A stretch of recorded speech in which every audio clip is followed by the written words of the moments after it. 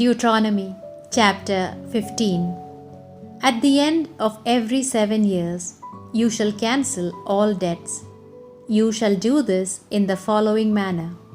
The creditor shall cancel any debt of his neighbor or brother and shall stop exacting it of him, because cancellation of debts has been proclaimed in the name of the Lord. You may demand that a foreigner pay back his debts, but you shall pardon the debt of your brother. However, you shall have no poor in your midst, for the Lord shall bless you in the land the Lord your God is giving you to possess.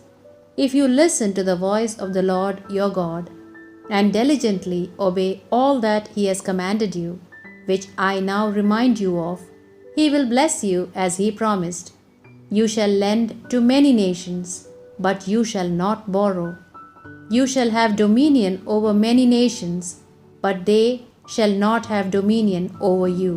If there is anybody poor among your brothers, who lives in your cities, in the land that the Lord is giving you, you shall not harden your heart or close your hand, but be open-handed and generously lend him all that he needs. Take care not to harbor in your heart these perverse thoughts. The 7th year, the year of cancellation of debts, is near. So you look coldly at your poor brother and lend him nothing. He may appeal to the Lord against you, and you will be found guilty. When you give anything, give it willingly, with no misgivings, so that the Lord your God may bless you for this, in all your work and in all that you undertake. Indeed, the poor will not disappear from the land. Therefore, I give you this commandment. You must be open-handed to your brother, to the needy, and to the poor in your land. If your fellow Hebrew, a man or a woman, sells himself to you as a slave, he shall serve you for 6 years, and in the 7th year you shall give him his freedom.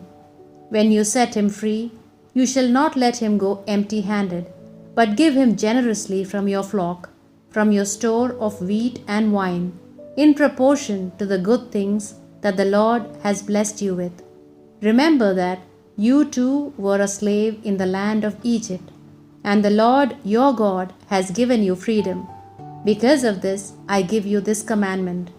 But if your slave says, I do not want to leave you, because he loves you and your household, and knows that he will be well off with you, you shall then take an awl and thrust it through his ear into the door of your house, and he will serve you forever. You shall do likewise with your maidservant.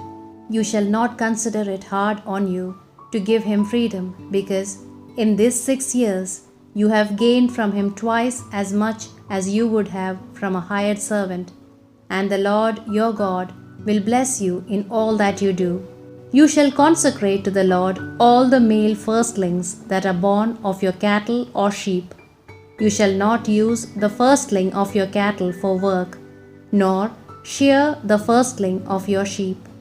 You shall eat them every year in the presence of the Lord with all your family in the place the Lord will choose.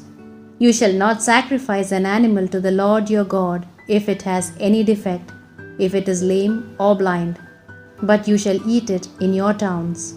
The clean as well as the unclean may eat of it, as you would eat a gazelle or a deer. Only take care that you do not consume the blood, but you shall pour it out on the ground like water.